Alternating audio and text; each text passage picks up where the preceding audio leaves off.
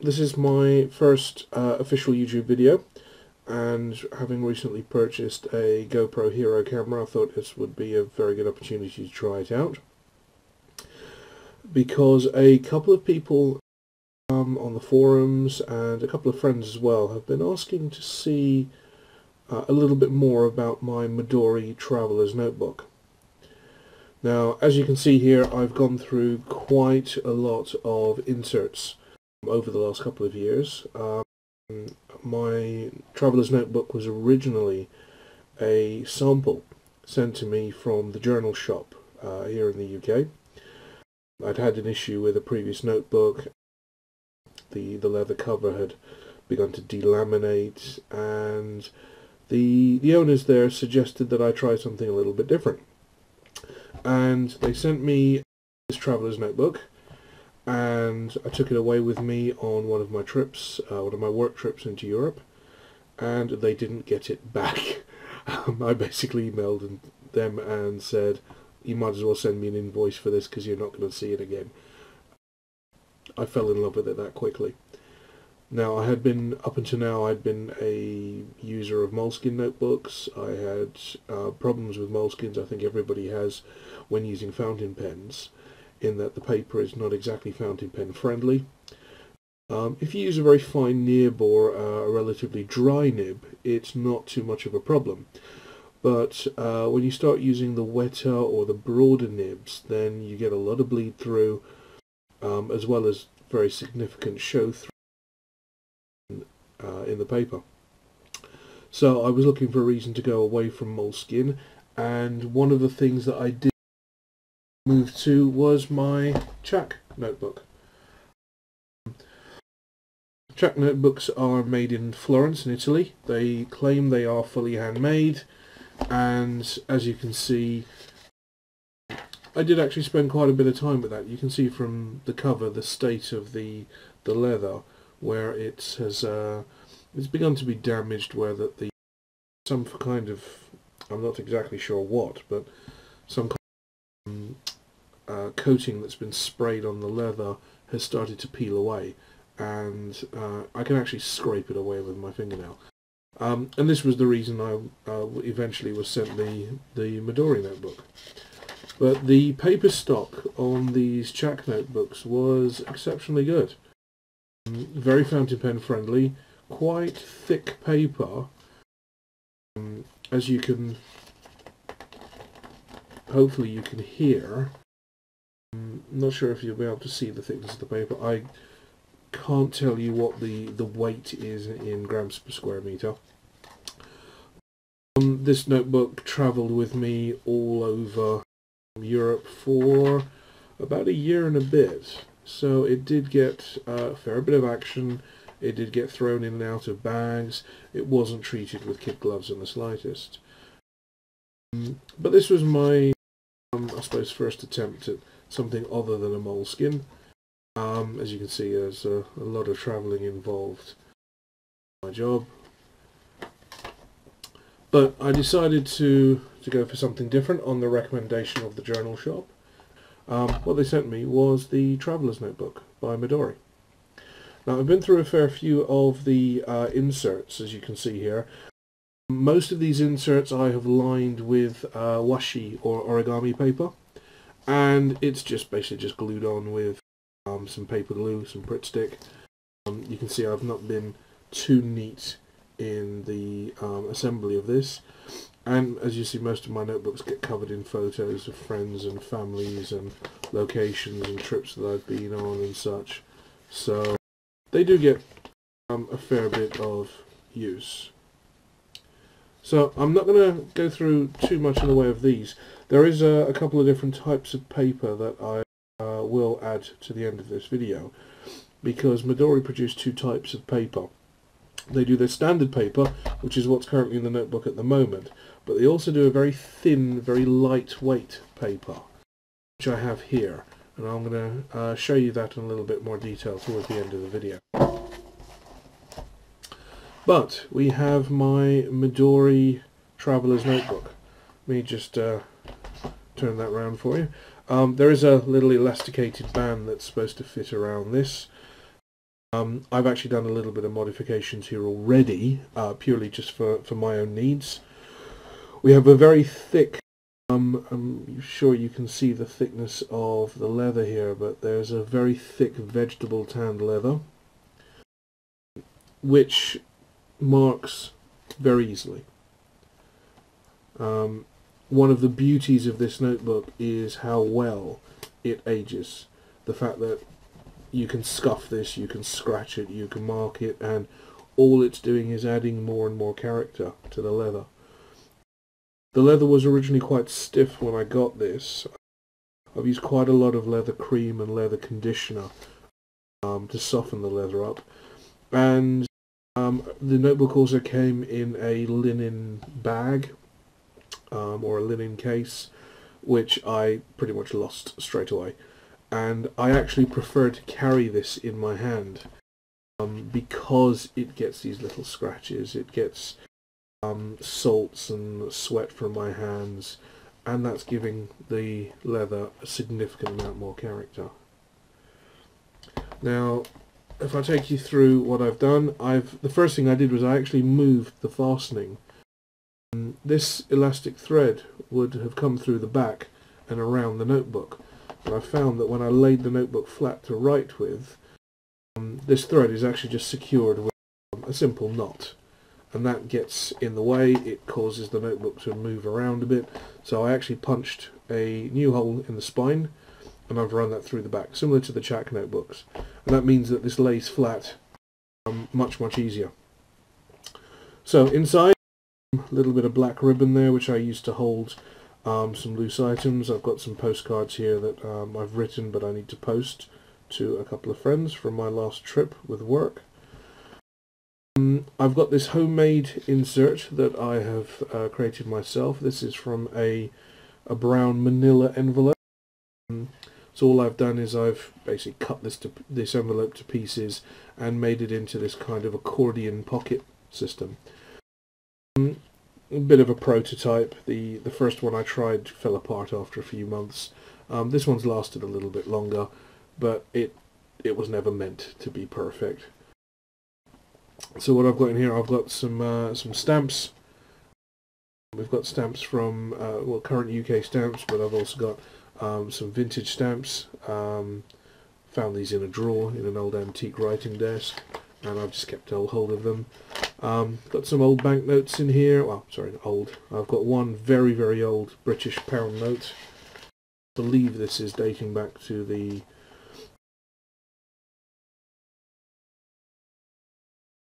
reasonably good condition. The watermarks are still there.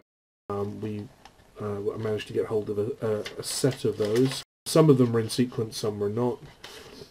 Obligatory dollar bill and a Chinese 5 Yanmenbi note from a former colleague who just happened to have that on him.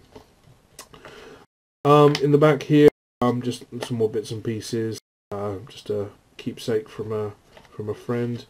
Ring sizing card, because my dad's come from a family of goldsmiths, and always helpful to have some idea of how big your rings are if you just happen to get into a conversation with someone. And as you've probably noticed, there's lots of photos of friends and family that are always stuck on the inside of the covers. Again, the insert, the actual notebook itself, the paper content, has been covered in washi paper, and the way this is attached is through these elasticated loops. So there's actually a piece of elastic running through the back, through the notebook, which you slip this into, and then it's fastened using this kind of pewter or metal, I believe it's pewter, fastener, which just gets hammered into place. And that means that the elastic can be changed when it wears out, but also it's a very simple system. You just slot it in underneath the elastic and you can swap out the internals as much as you need to. So, the notebook itself, as I said, covered in washi paper. The paper stock of this Midori notebook is the whole reason I use it. Yes, the leather is beautiful, yes, it's a very flexible, but at the same time rustic looking system, but it's the paper. and it's the paper that I loved from the very moment that I start writing in this. I tend to switch between ballpoints. I mean, there's a ballpoint attached to the notebook, as you may be able to see there. I tend to switch between ballpoints or rollerballs, but the majority of what I use now is fountain pens, and Japanese paper just takes ink beautifully. As you may be able to see, there is some shade through from the previous page. So where I've written on the back of the page, you can see some slight ghosting, but I've never had bleed through. You don't get little splotches of ink, you don't get any the characters bleeding through the paper and seeping through. Not once, not ever, not even in the broadest of pens. To be fair, I haven't tried it with a permanent marker or a Sharpie, but with all of my fountain pens, even the wettest, broadest nibs, I've had some show through, or shade through, or ghosting, whatever you prefer to call it, but never any bleed through. And this paper is unbelievably smooth. The ink dries very quickly, it doesn't sit on the surface for ages. It is a joy to use this paper. And if I could get this paper in other formats easily, I certainly would. But this is just something a little bit special, and for me it's the actual paper stock that makes this notebook's what it is for me. So what's my notebook full of? Well, most of this is just musings, observations, maybe some travel blogs, mementos that I've picked up along some of my travels with work. I use a Polaroid Pogo printer to print up any photos that I've taken. The form factor is perfect. Two of these photos, as you can see, fit nicely on a page, and they're also self-adhesive. And this is a Bluetooth thermal ink, or ink-free paper printing system. I believe there's a couple of these out here now. There's a couple of different varieties of these kinds of sticker printers. But the Pogo was, at the time, it was ridiculously cheap. I think they were discontinuing them, so I managed to get that very, very cheap, and a good supply of paper. And I've even purchased these for a couple of friends over the years who've been very happy with them. So, again, stickers and labels, postcards, mementos and ticket stubs, notes and photographs, all seem to find their way into my notebook. And it's not so much a case of journaling, as in like a Dear Diary moment. This is a way of just organising all these little memories and events that happen, because frankly the amount that I travel for my job, it is sometimes very hard to keep track of what I've done and what I've seen, and a simple photo doesn't always do it justice. So whenever I'm writing, I tend to be taking pictures alongside that, and sometimes whatever blog or travel notes or whatever journaling I'm doing will augment or accompany those photos. So they need to be seen as part of the whole. So, I mean, as you can see, I haven't used a huge amount in this notebook. This is, I think this insert's been in here for I think it's a couple of months now. I don't really get as much time to journal as I used to. And in the back of the notebook we have the Midori card or business card pocket. It's just a reasonably thick vinyl set of pockets, 12 pockets in total, where you can use to slip business cards and such in. A couple of my business cards, cards from some restaurants that I've been to. Got a sewing kit and a spare piece of elastic for the front. A subway ticket from Budapest that I didn't get around to using. Some post-it note style tabs for highlighting sections on my notebook. And then in the back some more washi paper, just in case I feel the need to do a bit of emergency origami. And an envelope. Now, the actual leather here, if I pull this away, you'll see that there's actually some staining on the leather. This was originally a self-adhesive plastic pocket that was stuck to the inside of the leather notebook. Same kind of plastic that this card wallet is made of. And the adhesive itself was fantastic. I had no problems with that at all. But where the edges of the pocket had been sealed to make the pocket, they started to peel and tear and eventually split. And eventually I was just left with a bit of plastic stickering on the back. So that was removed. The pen loops here, these are from Lecturm, I believe it's pronounced. Lecturm 1918. These are just self-adhesive elasticated pen loops.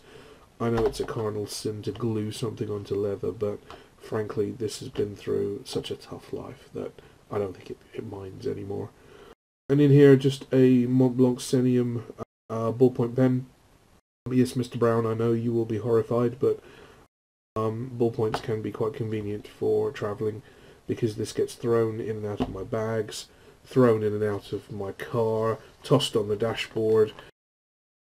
And if I did try to keep fountain pen ink or a fountain pen in here, which I've tried to in the past, the pen will either get damaged or the ink will just end up all in the cap and none in the pen. So I do prefer to keep this Montblanc.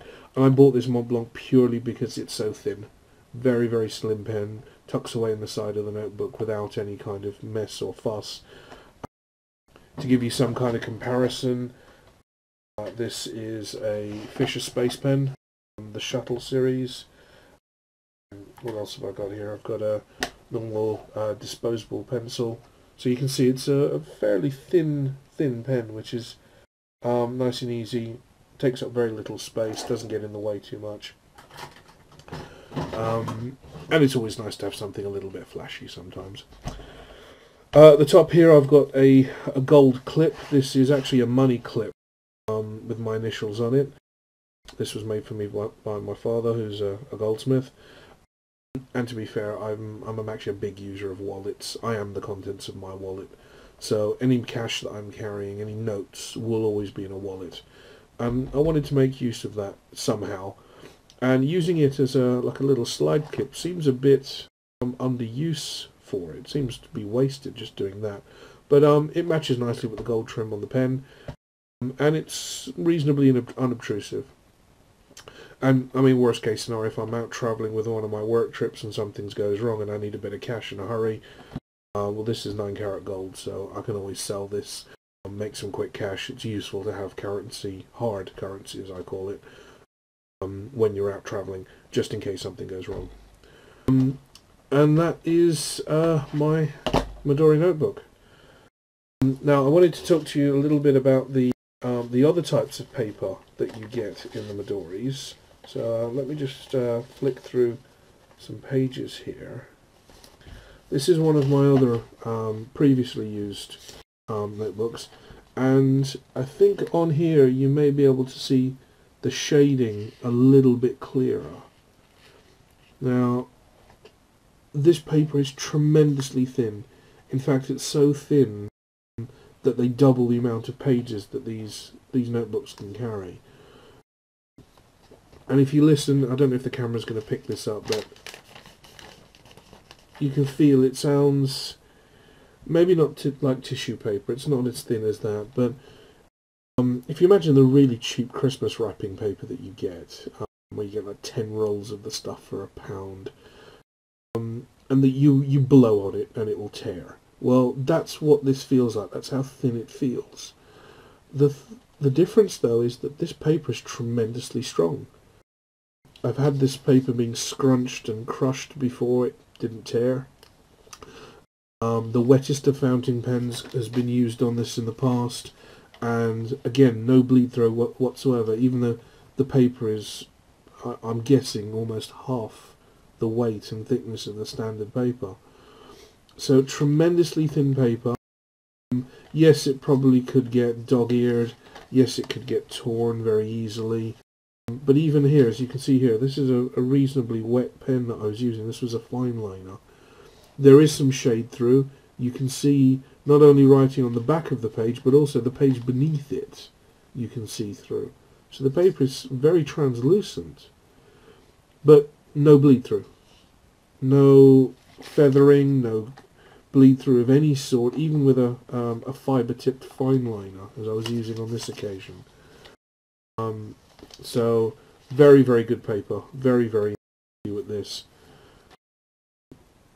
I find that I prefer the slightly thicker paper, but that's just personal preference. This, although it is very tough, and I've not had any issues, it does feel like it could tear. And given the nature of my notebooks, I wouldn't want that to happen.